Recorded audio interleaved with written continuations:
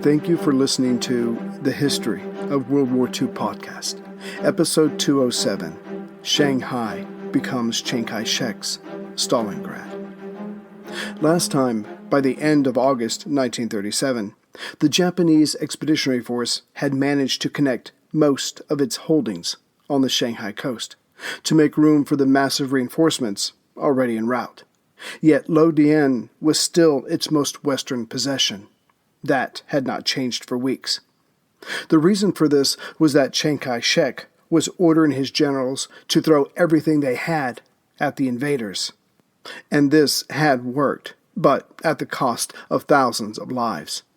The result of this massive loss of life was a growing despondency among the Chinese officer corps. As such, it was decided to begin a defensive policy of trading land for time, hoping that Russia's help could make the difference. But even better, that the Western powers would step in to assist, eventually. So on September the 11th, the troops of Zhang Zihong's 9th Army Group and those of Chen Chang's 15th Army Group pulled back during the night, several miles away from the determined Japanese. These retreating troops were joined by the Nationalist reserve forces to form a new front. By the morning of September 12th, the new defensive line went from the North Rail Station, located just above the international settlements, where the Huangpu River bends sharply at Pudong, south of the fighting so far, north to the eastern side of Jiawang, a mile away. But then it turned to the northwest, which put the new boundary west of Yanghang and Lo Dien until it ended at the Yangtze River further to the north. To be sure, there was still land just south of the North Rail Station on the western side of the Huangpu River, but that was where the foreigners were, and Chiang Kai-Shek did not think the Japanese would try to outflank his new defensive line by going that way and taking on more trouble than they currently had. As can be imagined, those Chinese civilians, now abandoned, were outraged, and most departed the area. The Chinese military tried to explain itself, saying that they had no choice, that really it was never their intention to push the invaders back into the Yangtze River. After all, they had those massive guns from their warships protecting them. No, the idea, as it was explained, was to delay and harass the landing. How this was to make the people feel better is puzzling. So there was no overall idea to rid Shanghai of the Japanese military? Then how could life ever get back to normal? To which Chiang was hoping the Western powers would be providing the answer. Chiang's nationalist government put out the word that this, their latest defensive line, was not unlike the Maginot Line of France, which in 1937 seemed like the one thing that could stop the German Wehrmacht. Yet, truth be told, there were sections of Chiang's line that were protected by a single concrete pillbox. Yet it was hoped the civilians and the Japanese would not discover this. As for the Japanese, they suddenly found themselves controlling the entirety of the Huangpu left bank. They also now possessed several good roads, and most importantly, numerous docks with which to unload their reinforcements once they arrived. On the morning of September 12th, General Matsui Iwane, commander of the Japanese forces, awoke, having spent the night in the Shanghai Fisheries College near Wusong. He bowed to the rising sun and began to meditate. It was then that he noticed a flower bed, but the plants inside were dying, probably because they were left unattended. Still, as life always finds a way, some wildflowers were breaking through the soil. The general, keeping this vision in mind, wrote a poem. South of the Yangtze, a magnificent view. Coquettish flowers come back to life. The righteous knight has gained victory and is greeted by the bloom of the oleander. Matsui's meditation that morning had been an attempt to quiet his misgivings. Yes, his men had locally been victorious, but a big push had never materialized. Victory at this pace was no victory at all.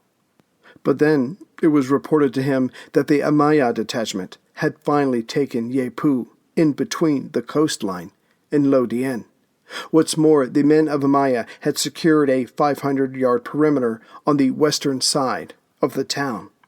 Then it was reported that the Ueno detachment, a part of the 3rd Lucky Division, had secured Yanghang south of Lodian, where previously his men had been stopped after they advanced out of Baoshan. And further, they had pushed the enemy another 2 miles past Yanghang. And yet the general was not content, for clearly his men had only engaged with remnant forces, as the enemy's main body had retreated. How they had escaped during the night, and his men not detect this. Of course, he would take the victories, and he would report them as such to his superiors. But another opportunity had been lost to hound the enemy as they were retreating, thus hopefully pushing them back even further, or destroying them outright. Matsui began to question the offensive spirit of his men, or at least their officers. No matter, the question was now how to proceed from here. By September 12th, the Japanese had landed 40,000 men, and they held a bridgehead of some 25 miles, or 40 kilometers, by 5 miles, or 8 kilometers. In total, Matsui had some 50,000 men, but clearly they weren't enough, due to Shanghai's size, its difficult terrain, and his number of casualties to date. So far, the 3rd Division had lost 589 men, with another 1,500 injured. The 11th Division had lost 616 men, with another 1,300 injured. If Shanghai, south of his current position, was to be occupied, then many more men were needed. But Matsui knew that, to many in Tokyo, central China was not the main goal. North China was, if only to serve as a barrier to the hated Russians. Doubly so when news came of the Sino-Soviet non-aggression pact. Currently, North China held some 6 Japanese divisions. What Matsui could not know was that his biggest opponent was Ishiwara Kanji, the head of the General Staff Operations Division. He was opposed to expansion in central China, had always been opposed. For Russia was the real enemy. China was nothing more than a place to gather raw materials, to use, again, to fight Stalin, because a final showdown was thought to be only a matter of when. For Ishiwara was known to have warned ignoring Soviet Russia at the expense of China was like chasing the dogs away from the front door while forgetting the wolves approaching the back door. And yet Ishiwara's advice was ignored. More troops were on their way to Shanghai. This was justified by Tokyo after a meeting that concluded with the idea that enough troops should be sent to end that localized conflict by October, perhaps November.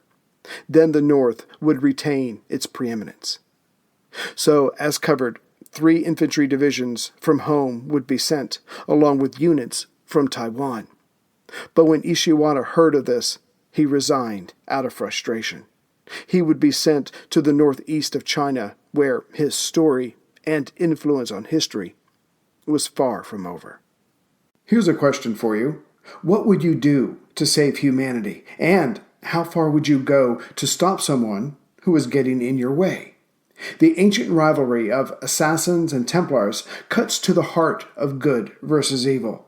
But it wasn't always clear who was good and who was evil. Plug in to explore the amazing world of medieval feuds.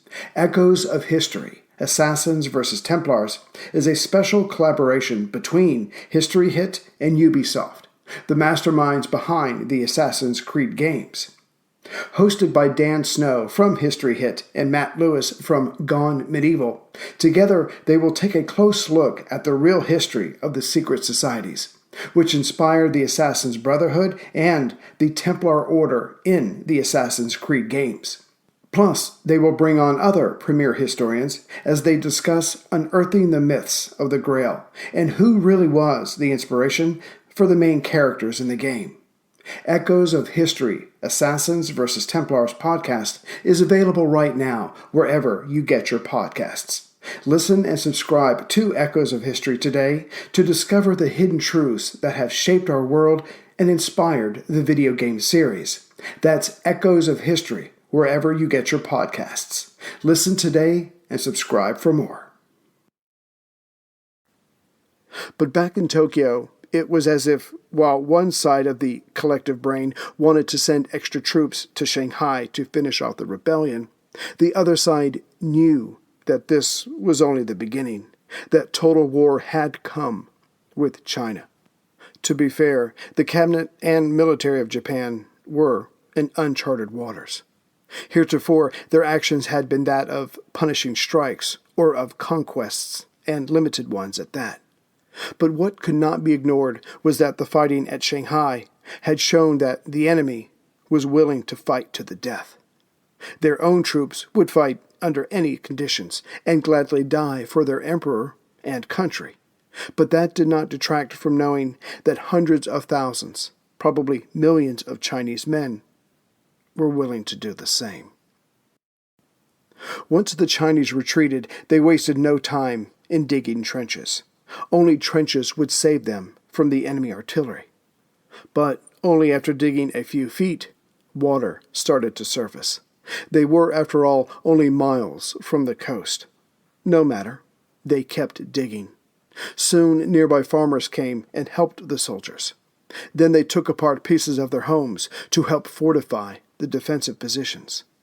After that, the locals packed up what they could carry and went into the countryside, knowing, as all knew, that the Japanese would be coming. Then the defenders rested, exhausted from their exertions. As they regained their strength, they hoped the enemy would not come too quickly, for though young, they needed the respite. And to their good fortune, the Japanese did not approach. Then the rains came. Yes, their trenches filled up, but the men stayed inside them, knowing a shell could come at any second. And shells did come, as the Japanese sought to deny those along the line a moment's peace. But finally, on September 14th, the Japanese attack commenced. First, as always, came the artillery barrage, but the mud soaked up most of the destruction. And because of the mud, when the enemy came, they did so without tanks, who could not navigate the quagmire. This made it a contest of infantry versus infantry.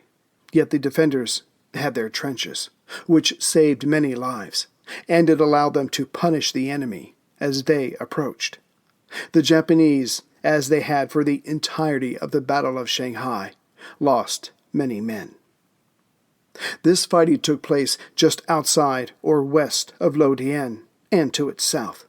The Japanese controlled the town, had done so since late August, but once their men exited the urban settlement, they were in enemy territory.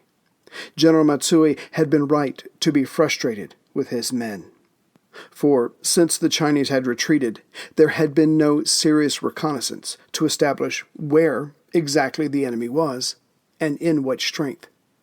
Thanks to the farmers' help in camouflaging their dugouts, aerial patrols could add little intelligence.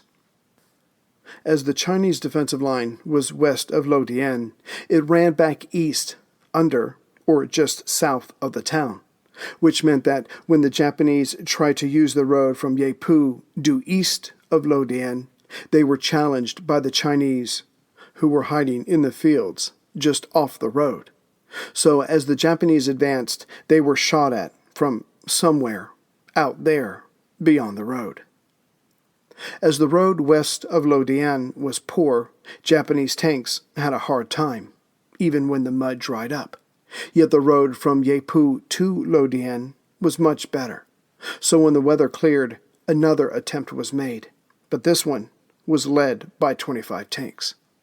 To be sure, those tanks reached Lodian with little trouble, because 1, they were able to travel rather quickly, and 2, the Chinese, and this has to be blamed on Chiang Kai-Shek, would not bring forward their anti-tank guns.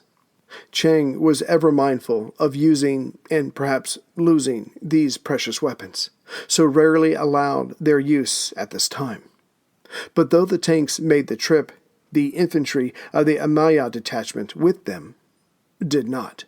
Again, they were sitting ducks for those Chinese hiding alongside the road, who wisely let the tanks go by. Only after the Chinese left the area, it would have been unwise for them to stay behind, with tanks in their rear, did the Japanese infantry reach Lodian. As for the Japanese advances in areas without roads, it was a cumbersome process. The many little waterways that nurture the numerous farms caused one bottleneck after another. The advance would have to wait until dark, for the men to then be sent across to secure the other side. Then the ground could be worked on both sides to allow the tanks to cross.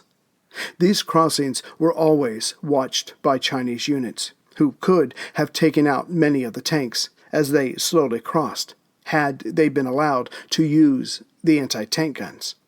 So the area immediately to the west of Lodian remained a no-man's land. The Japanese could not advance without their tanks. The Chinese could not push them back due to their artillery and air superiority. But during this slugfest that gained neither side an advantage, both had reinforcements coming. On September 14th, the day the Amaya detachment reached Lodian, the Shigeto detachment from Taiwan arrived and was placed with the 11th Division. The 11th was now strong enough to move forward, and yet the enemy was also stronger. If the 11th tried to move out, heading south of Lodian, attempting to link up with the 3rd Division, its right flank would immediately be exposed to the Chinese, who controlled the area. Instead, it was decided to focus on the enemy troops closest to Lodian. If they could be annihilated, then perhaps an opening could be made for a general advance. But then the rains came again, for 3 days straight. By the time the sun came out, the roads were covered in mud. The area in general, again, was a quagmire. As the war over Shanghai stretched out, foreigners began to see the Chinese soldiers, and to some degree China itself, in a different light. To be honest, the country had been pushed around for nearly a century.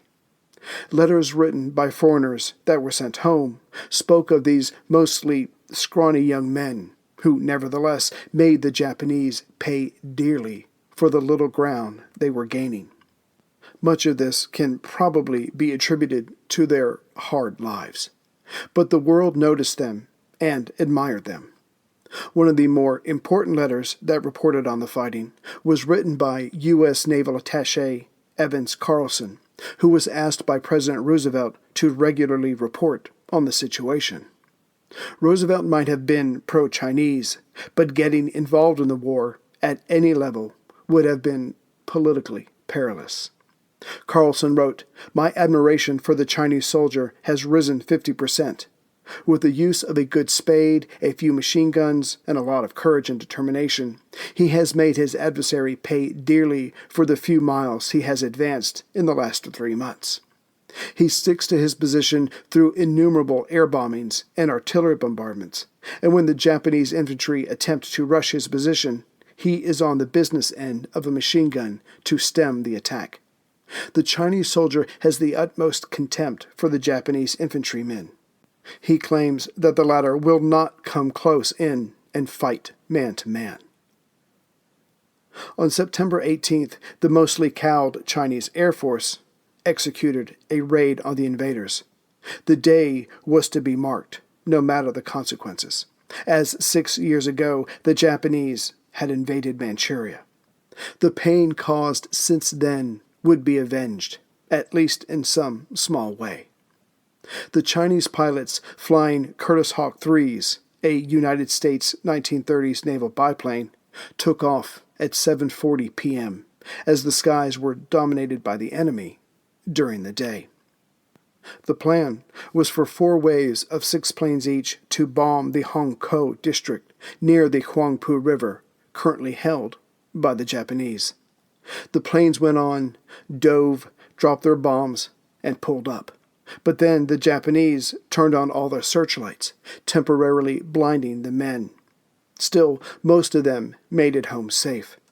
However, as the Japanese anti-air ground units fired up into the sky, much of their shrapnel came down among the foreign settlements. Several people were killed and a few buildings were damaged. The destruction caused by the Chinese bombing was negligible.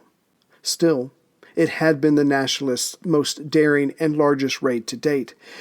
It was also their last, as the Japanese were planning a decisive strike of their own.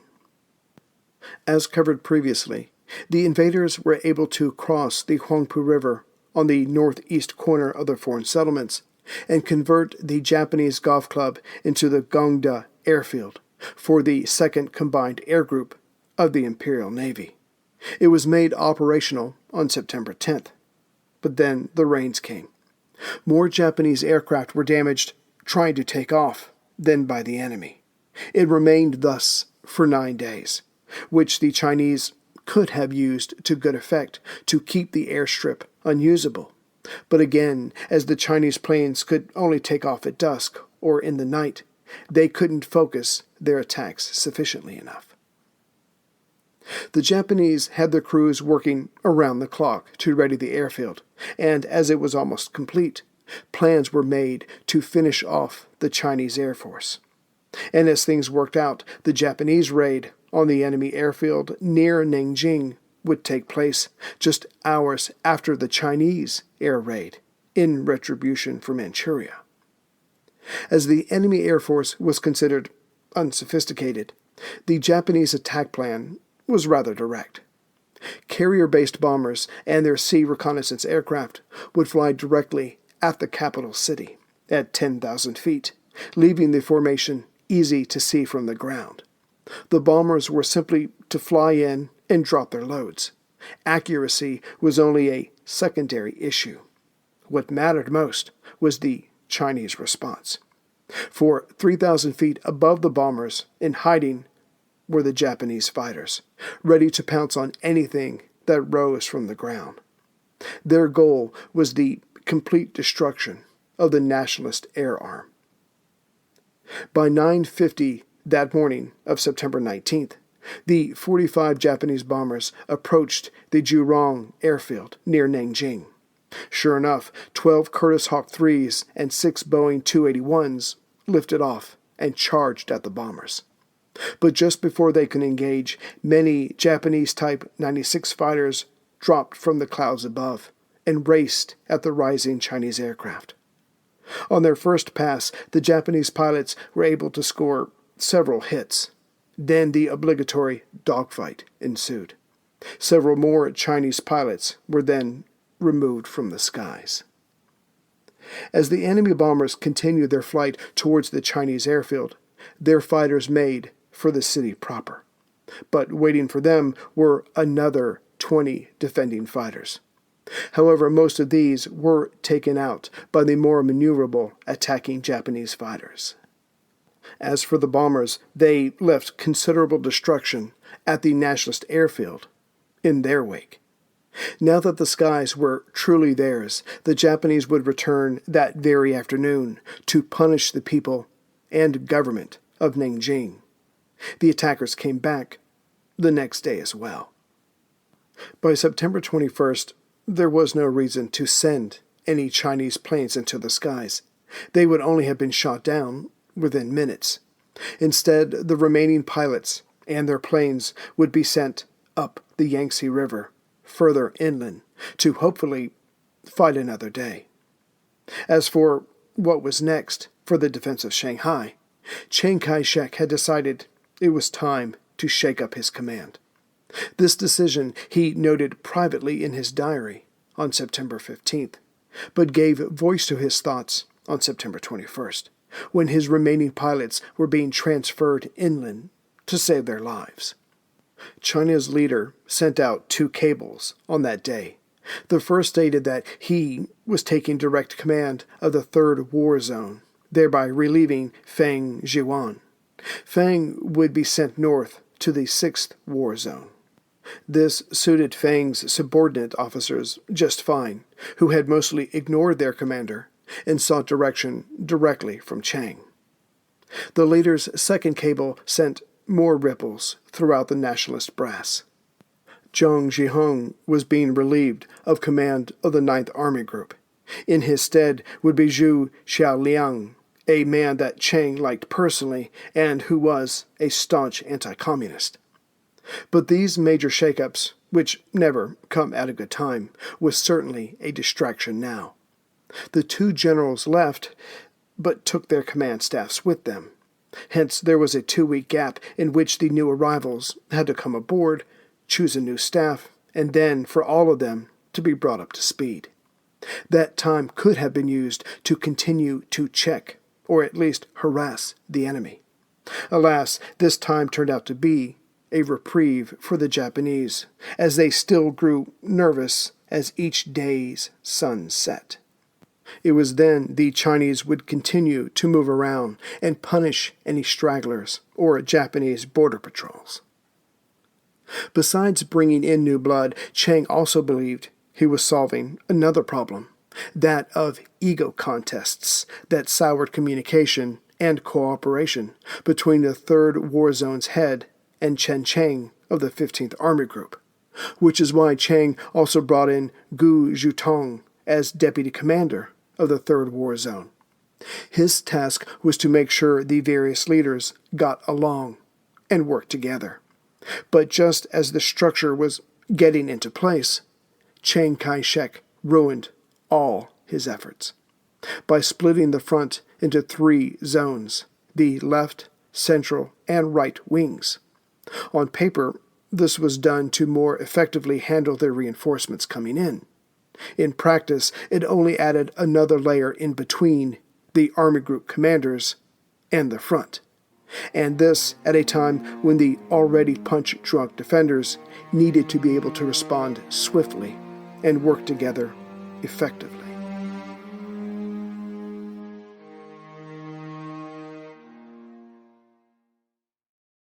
Nature has developed a lot of natural defenses. Take it from a little bug like me. I've pretty much seen them all. Porcupines got quills, snakes got venom, and me, I got camouflage. Nature's always finding ways to support life, like elderberries. Nature's Way extracted the best of the berry, tossed in vitamin C and D and zinc, and put them into a yummy immune-supporting gummy. Nature's Way Sambucus Gummies. Powerful immune support inspired by nature. Nature's Way.